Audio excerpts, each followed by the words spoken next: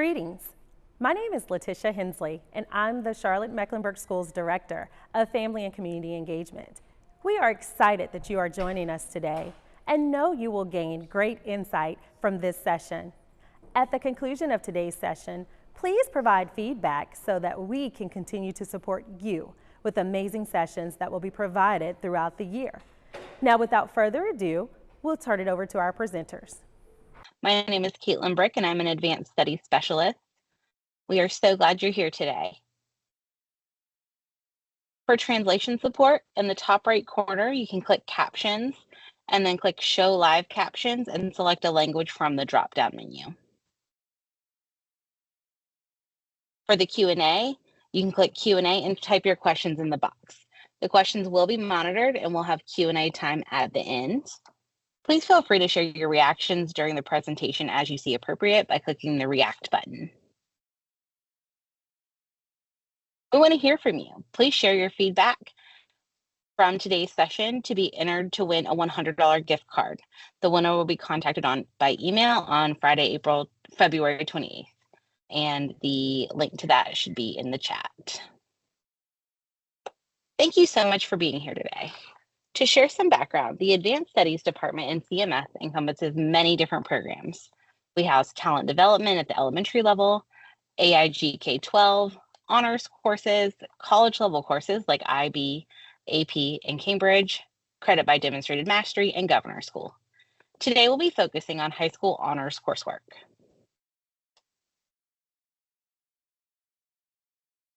Take a moment to think back to the 21 and 22 school years. Just think about what % of students you think graduated with an honors credit at some point during their high school career. The answer to that is 84%. Many of our high school honors students are impacted by honors courses, and today we're going to dig into what makes an honors course honors. So take a moment to think about what you think of when you think of an honors level course.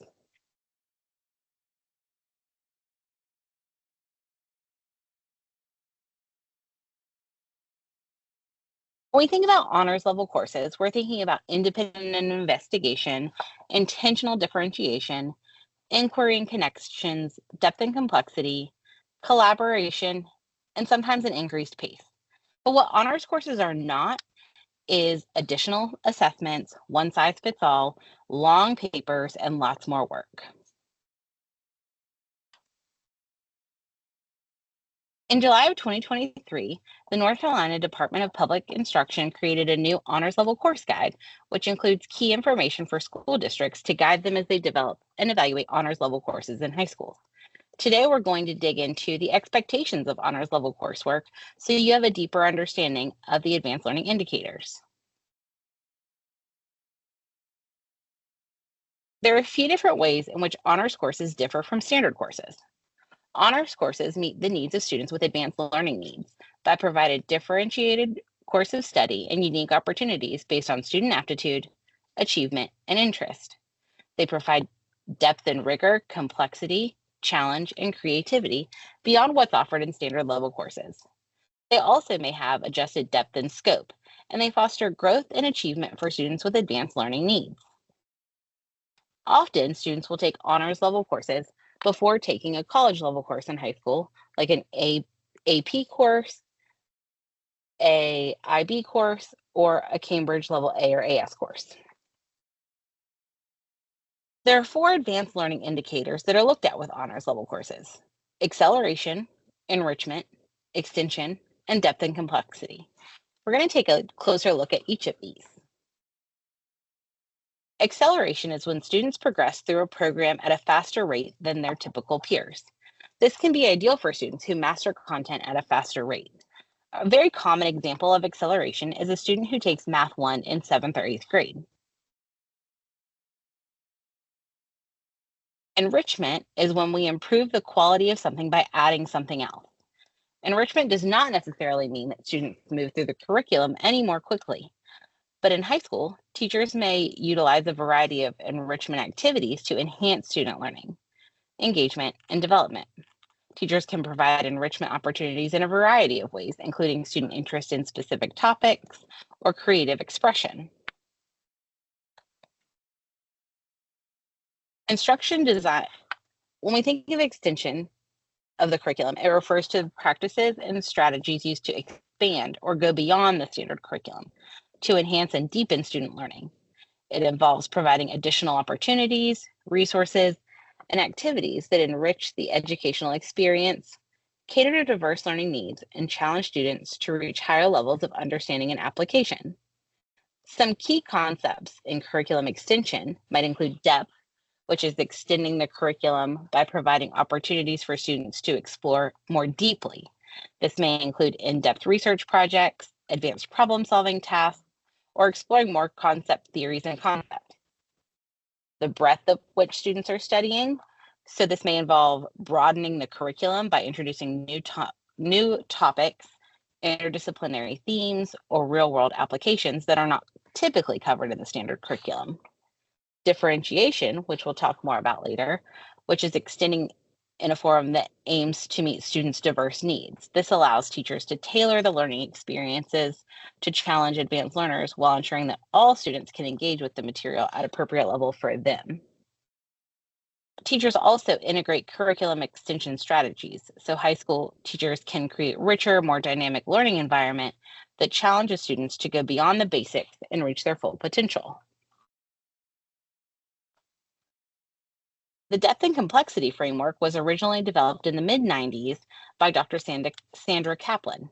The primary purpose of this is to push students towards thinking that is more similar to professionals or experts. The creators were seeking to answer the question, how can educators prompt students to go beyond basic understanding of content and elicit critical thinking regardless of the content or topic? By incorporating depth and complexity into honors instruction, teachers can foster a richer, more engaging learning environment that challenges students to think more deeply and understand the interconnectedness of the knowledge they're acquiring. When teachers incorporate depth and complexity, the interconnectedness is a key piece, thinking just like a professional and how different concepts they're learning may impact each other. You'll notice in this graphic that all of the indicators I just talked about are surrounded by differentiation.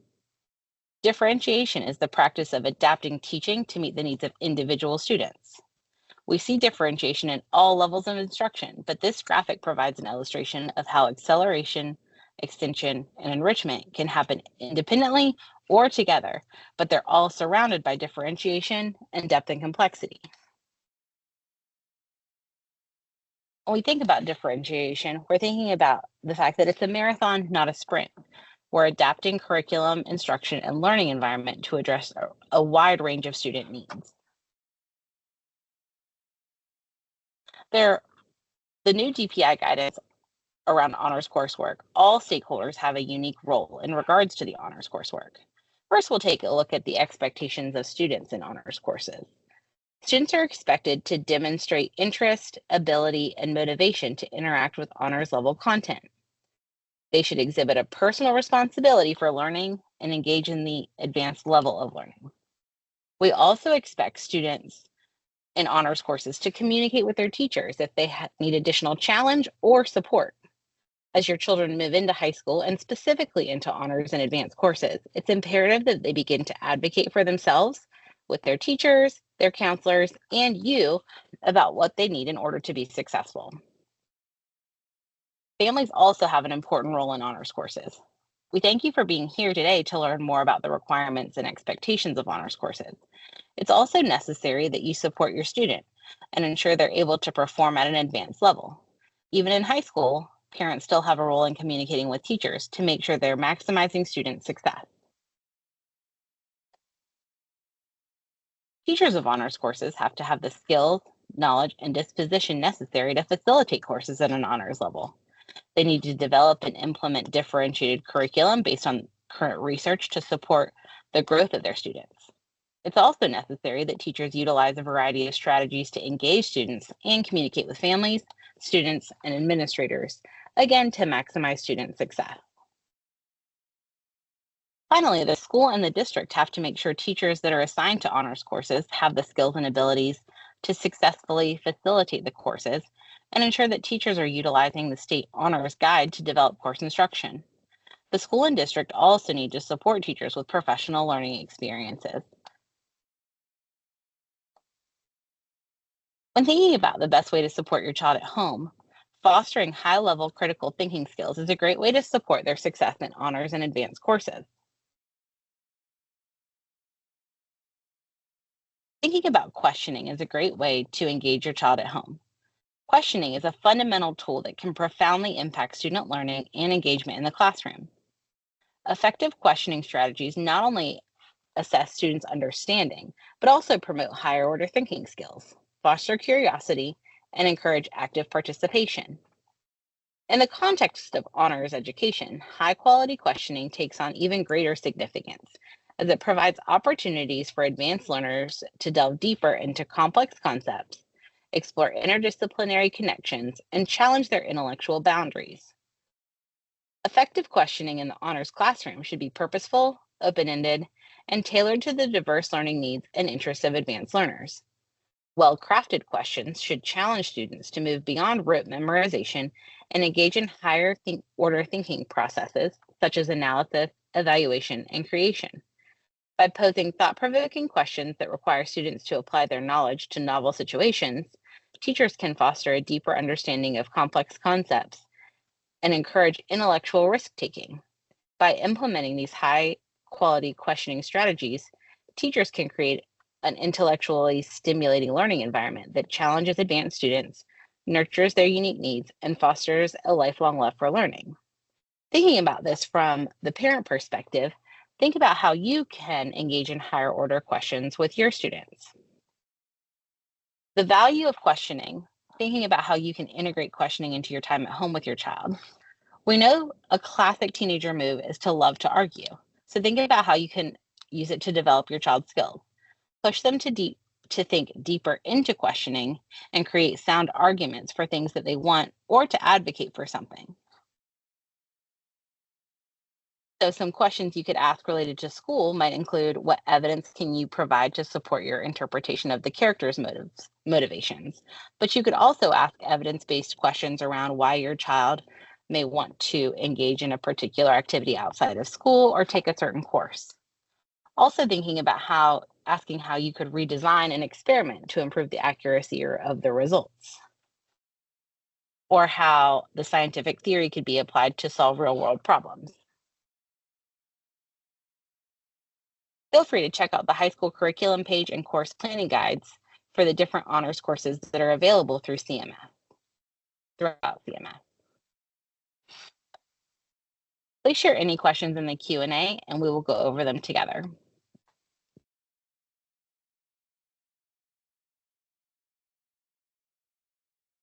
Thank you, Caitlin, for that valuable and informative presentation. We appreciate that plethora of information to support our students as they are navigating honors coursework. One question that we have would be, where can I find some additional resources to support questioning at home? Is there a website I can use or a tool to continue to have those resources and begin having those conversations with my scholar? That's a wonderful question. Let me ask you first, is there a way that we can send information to those who attended today's session? So for all families who complete the feedback form and provide that contact information, we can send out various resources, and we also can post a resource document with the recording on our Family Academy on demand. Wonderful. So I will add some links to ways that you can ask quick questions at home, and I'll also publish that on our Advanced Studies website for you to look at. Really thinking about asking different levels of questioning. So if you look up Bloom's taxonomy or any questioning on Google, you'll see that there are different levels of questioning. So starting with basic questionings like remembering and understanding, that would be like asking your child, what is your schedule, right? They're just looking at the order of which their classes are and thinking about the times, that sort of thing. If you're asking them to apply, you may be asking them to think about how how the courses they're taking will interact with each other, or what the interactions are. Say you're asking your child, you want to take 3 AP courses this year. What do you think the implications of that may be? You're asking them to evaluate what that might look like as they're choosing those classes.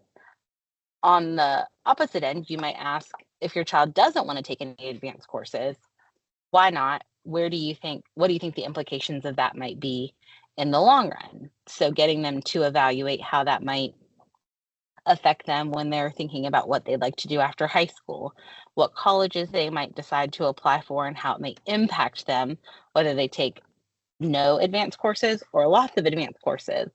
Thinking about how, if your child's involved in sports, asking them to reason through what their schedule may look like, what they need to do outside of school to be successful in their classes, and really look at the interconnectedness of the things they're doing in the day-to-day life.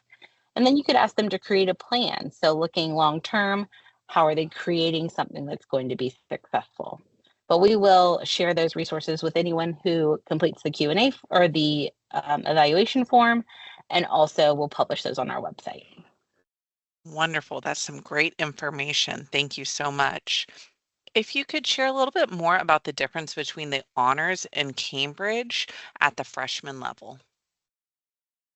So when you think about honors courses, we are looking at students who are going to earn a half extra quality point.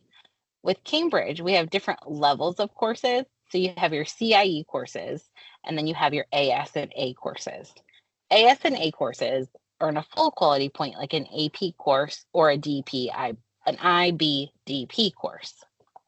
Your CIE courses are going to be the same as an honors level course, but they're going to include the Cambridge strategies and philosophies that are included in all Cambridge courses. So they're a similar level of instruction, but they will include those CIE philosophies. One thing to consider is that if your child is at a Cambridge school, there may be courses that are CIE level in place of honors courses, depending on student request. So they are going to be a similar level, but they're going to be deeper in that Cambridge philosophy. I would say the same thing about IB philosophy. If your child attends an IB school, their honors level courses may be coded as honors or maybe coded as MYP, which is the middle years program. And again, those MYP courses will engage the IB philosophies at an honors level. So your CIE courses at Cambridge schools and your MYP courses at IB schools are going to be honors level, but they will just also add specific philosophies to the program. Great information. Thank you so much. Another question from our families: are there social studies from middle school required for registering into honors history courses at the high school level? Can you ask that one more time? Are there certain social studies courses at the middle school level that are required or a prerequisite for registering for honors history courses at the high school level? No, there shouldn't be. At the middle school level, all social studies courses are just grade level. So social studies for 6th grade, 7th grade, and 8th grade. When your child goes to register for honors level social studies at the high school level, they will have taken all of those middle school courses and can choose to take an honors level social studies course regardless of what they took in middle school. Because again, those middle school courses are going to all be just grade level specific courses, whereas in high school they're going to get into the specific courses that they take, like honors world history versus standard world history. Does that answer that question? I believe it does. Okay. Where do I find the prerequisites for any of the honors coursework? So if you go to the high school curriculum page and course planning guides, once you click on that website and scroll down to the course planning guides, that will open up a PDF document that is the course guides for all of CMS. And when you go to that, each course will show the prerequisites for that course. So an example would be, in order to take Math 2, whether that's Honors Math 2 or Standard Math 2, students will need to have taken Math 1. Some courses are going to have more prerequisites than others, but typically, even if a child takes a standard level of a course, so if your student took standard level math 1, they still could take honors math 2. What will matter with the prerequisite is just that they've taken a level of the course. Thank you. That's great information to know. Our next question is, how do the honors classes differ in terms of weight for GPA and rank compared to AP and IB classes? That's a great question. So honors courses will give students a half of a quality point extra. So that will level of 0.5. The honors level, if you're at a Cambridge school, the CIE level, and if you're at an IB school, the MYP level, are all going to give that 0.5 weight. When you look at advanced courses like advanced placement courses, IBDP courses, which is the diploma program, and Cambridge AS or A-level courses, those will be a full quality point. So 1 extra quality point towards their weighted GPA. One other thing to consider is if your child is interested in dual enrollment, that would also be a course taken at CPCC, occasionally offered on the high school campus. Those are also considered college level courses and will be that full quality point. Perfect. So that partners very well with our next question of honors level courses that are taken in the high school and courses that are done at the community college CPCC. Are those going to be the same, or can you elaborate on any differences those might contain? You'll want to speak to your counselor to make sure, but most courses offered at CPCC are going to be a full extra quality point, whereas honors level courses will be a half quality point.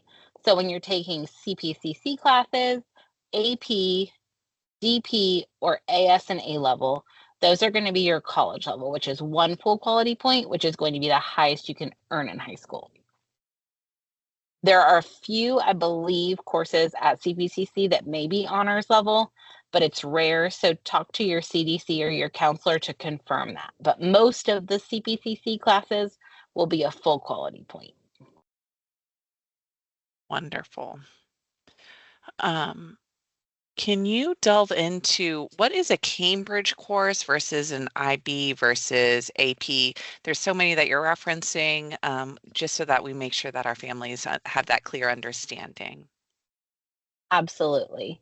So within CMS, we have a few schools that are Cambridge schools, and we have a few schools that are IB schools. These are both different international diploma programs that students can engage in. So IB is a diploma program that focuses heavily on critical thinking and writing and has a more prescribed path than AP or even Cambridge. So IB tests are primarily open-ended responses and focuses very heavily on application. So some of our IB schools, but this may not be a full list, would be East Met offers the IB program, Myers Park offers the IB program. I will get a list for you in a second. And then with Cambridge, that is another similar program where students are seeking a diploma, but it focuses on the development and demonstration of critical thinking and writing skills and application of those skills. It also is very heavy on the open-ended questions, and students can earn a diploma in that as well. AP also, students can earn a diploma, but AP is the most common where students will choose to just take one course if they're interested. For example, a very common 4th math course would be AP Pre-Calculus. Students don't have to take any other courses. Whereas typically, if a student is engaging in those higher level AP and Cambridge courses, they are seeking that specific diploma. Perfect. That was a great explanation. And we'll include some of those lists of each program on the resource page that we publish with the on-demand recording. And I Within can also share that the high schools, Valentine Ridge, so these are for the IB schools, Valentine Ridge, East Meck, Harding High School, North Meck, and West Charlotte are the IB schools within CMS. And then the Cambridge schools in CMS include Valentine Ridge, West Meck High School. I had a few more. Hopewell High School. And so those high schools will, and Geringer and Independence and Chambers. So those high schools have the Cambridge program. And then every high school in CMS offers honors and AP courses. Perfect. Thank you so much. And we will share a written resource guide just to make sure our families can see the difference in those programs as they're planning accordingly. One additional question, a few additional questions we've received. Will the extra points within the GPA process be listed in the curriculum planning page, or is that referenced anywhere for families to review? I believe that it is included in the curriculum planning guide, where it talks about GPA requirements and information about the weighted GPA. I know that if you're looking at the planning guides where it talks about the Cambridge program, it will explain that the IGSE courses receive a half-point GPA and that the A, S, and A levels receive the extra GPA point. And then under IB and advanced placement courses, it will share that as well. Wonderful. That's perfect. And I would Thank you also so much. encourage parents Good. to speak to their child's counselor as Yeah. they're registering for courses to make sure that exactly what their child is signing up for is what they kind of are hoping for. Also on the curriculum planning guides on page 15, it talks about GPA and class ranking, which will include more details about the weighted and unweighted GPAs and the courses that earn each of those GPAs or Perfect. great quality points. Wonderful. One question we've received in the chat, I want to go ahead and address and make it clear that all of the schools that we are referencing are public schools within Charlotte-Mecklenburg Schools and are accessible to all families within Charlotte-Mecklenburg Schools. So with that in mind, what would the process be to enroll in an IB program? So Myers Park offers IB if that is your home school. All of the other IB programs are accessible through the Magnet Lottery, which would be at cmschoice.org. And you can see the different IB programs that are available in your transportation zone. And then you can apply to the Magnet Lottery to enroll in an IB school. And the same would go, most of the Cambridge schools are home schools. However, Geringer offers Cambridge if you are interested in the Cambridge program through the Magnet Lottery. Wonderful. Thank you so much. What advantages are there to being within the IB, Cambridge, or AP programs that are offered in terms of applying to colleges and universities? So by taking advanced coursework in high school, you're showing colleges and universities that you are prepared for those colleges, and you also earn credit for college level classes. So if you take AP pre-calculus, for instance, and pass the AP exam with a 3, 4, or 5, you will earn college credit at many colleges and universities. On the CMS website, there's actually, if you go to AP in CMS, there is a graph from the College Board where you can either click the course that your child is interested in taking, for example, AP Pre-Calc, and see what exactly they will get credit for at a college or university, or you can look up a specific college or university and see for each AP, IB, or Cambridge course what credit you would get at that particular institution. Please note that each college or university creates their own credit policy. So they will have individual offerings for what your child will get credit for based on their specific score on a Cambridge, AP, or IB exam. For example, if your child takes, I believe it's AP Spanish, language and culture, and they earn a 3, they would get credit for 1 course. But if they earn a 5, they may get credit for 2 or 3 courses. So it's very important that when you're planning for your child's and working with your child to plan out their high school trajectory and what college they want to go to, that they're really looking at what they need to earn credit. So some courses, for instance, AP psychology, at a lot of colleges, if you get a 3, 4, or 5, you're going to get credit for the exact same course. Whereas other courses in universities like biology, physics, or specific languages, a specific score on the exam may earn you more credit than other courses. But in addition to just credit for the courses they take, they're also learning the skills that they will need to be successful in college and in life, like writing, collaboration skills, and really how to dig into higher level curriculum. Wonderful. That is some great information. As additional points towards GPA are offered based on this advanced coursework, is this going to be recognized by all colleges and universities?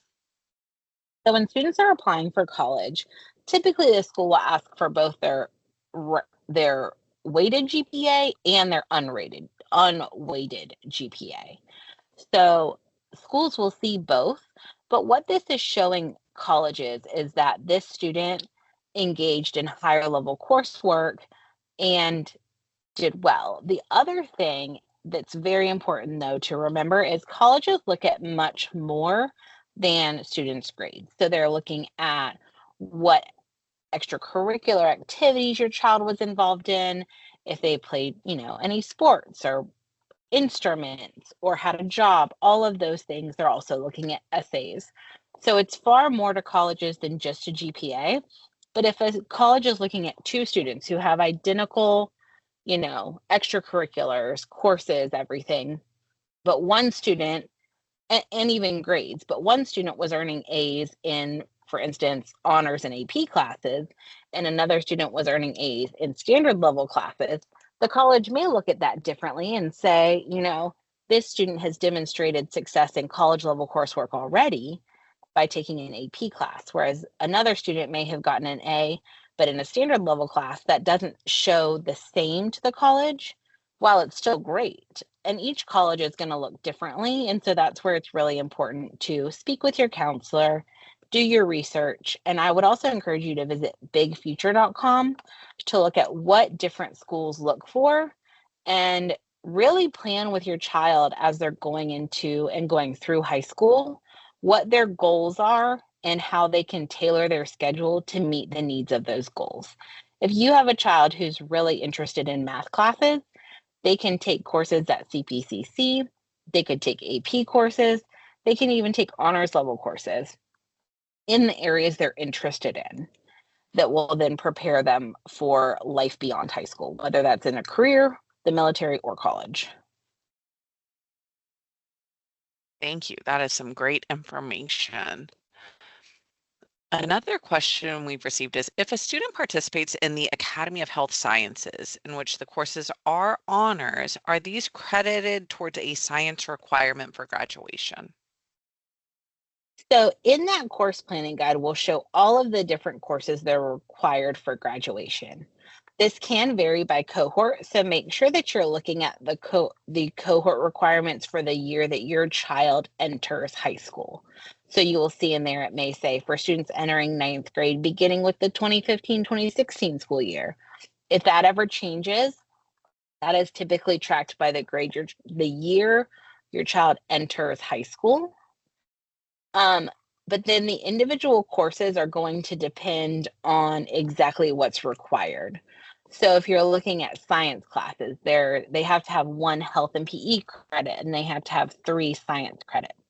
Then within those science credits, students have to have 1 earth and environmental science credit, one biology credit, and one physical science credit. So that's where it's just going to be important to look at the specific course your child is interested in and see which credit it will get them. I would say we could expand that also to social studies. So students entering high school in 21, 22 and beyond have to have a world history credit. They could get that from taking standard world history, honors world history, or AP world history.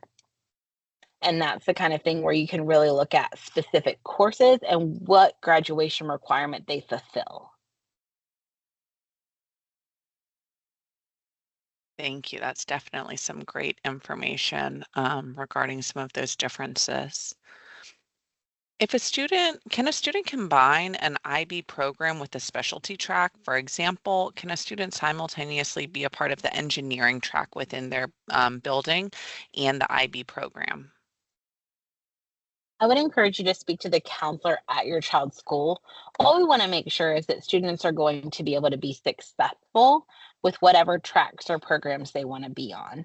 So I don't want to say yes or no to that because it will depend what high school credits they're coming into high school with and the amount of time available in their schedule. So I would say often it would be possible, but you just want to speak with your counselor to make sure that with the amount of blocks in the day, with the graduation requirements, that everything your child will need to be able to complete those pathways will be able to be done in the time frame required. So I believe IB students have 2 years to complete the DP requirements. So making sure if your child wants to do that, it may be that they can complete some of the engineering requirements earlier and then take the DP classes in 11th and 12th grade.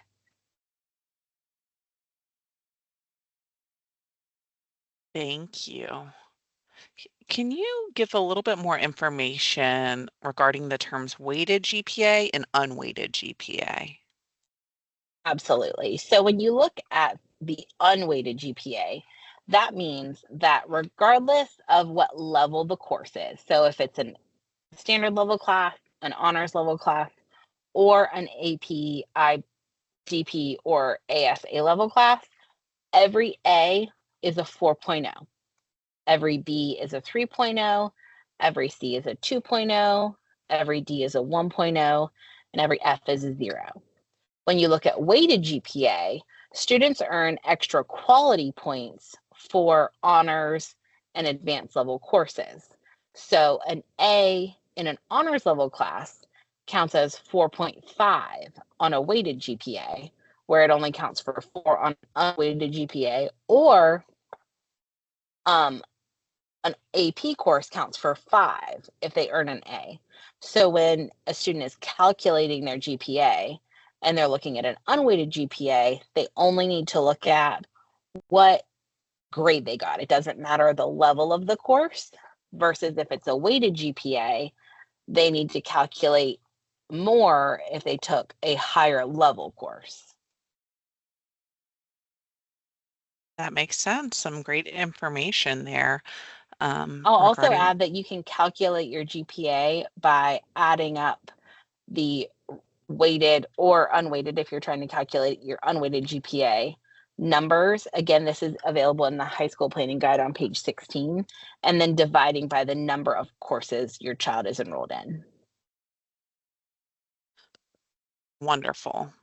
I'm And would the counselor be the best point of contact to check in with regarding GPA if I had follow-up questions as a parent?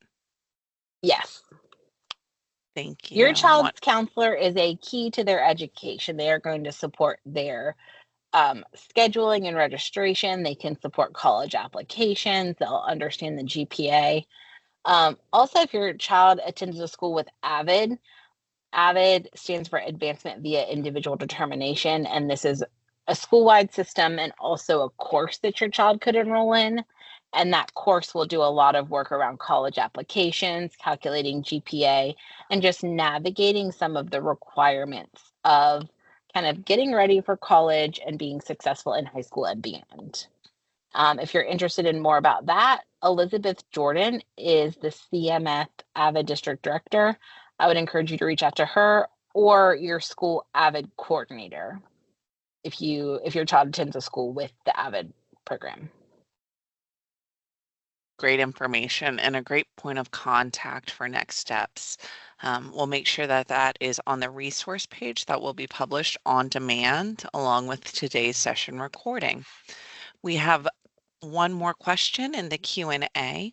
Are students able to test out of certain levels of coursework? I'm so glad you asked.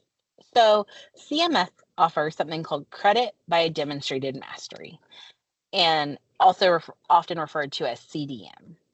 So if students take the CD or apply for CDM, they will first take a standardized test. So if it's an EOC course, they will take the EOC for that course. If it is not an EOC course, then they will just take an examination. If they receive, I believe it's a 95 or higher on that exam, they'll move to phase 2, where they have to do a more application-based assessment. So that may involve writing, looking at documents, that sort of thing. If a student passes the CDM, then they earn credit for that course. We've had a lot of conversation about GPA. One thing to note is that if your child completes a CDM and earns credit, it does not impact their GPA positively or negatively. It's just not factored into their GPA.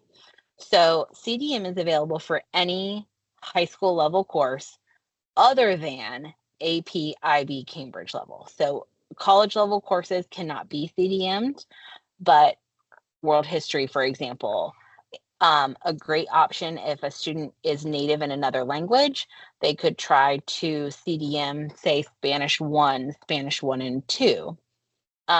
If you're interested in that, Amanda Acoth is the district contact, but your school's counselor is the person you will go to apply for CDM. There are specific windows in which the CDM process is open. I don't know those offhand, but I can share those to be published along with the other resources. That is something your child can do. Another option is if your child has a particularly high level of knowledge or skill in a specific area. I'll use AP Pre-Calc, for example. Your child could choose to take the AP exam for that course without taking the course. So if your child thinks, I'm really strong in math, I've typically done really well in math, and I want to go straight to AP Calculus, they could sign up and pay for the AP exam, take the AP exam, and if they pass that, then they don't have to take that prerequisite for, say, AP Calculus. Please note when students may want to do that this is a college level course. So even looking at the difference in CDM and taking an AP exam without the course, CDM, you're looking at a high school level course that your child is trying to get the credit for.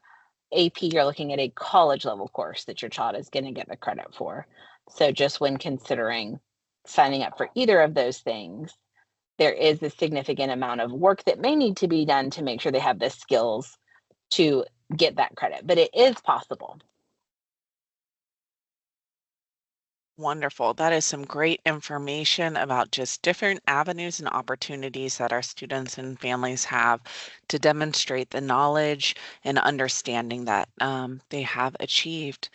At this time, we have answered all of our Q&A questions, and I know I can speak that this has been just a plethora of some great information and deepening my understanding and our understanding of how to navigate these high school honors courseworks within CMS, different avenues of support that are available to our students and our families, as well as some next steps to continue supporting my secondary student throughout their journey. Thank you so much to Caitlin Brick for sharing such pertinent and valuable and timely information with our families.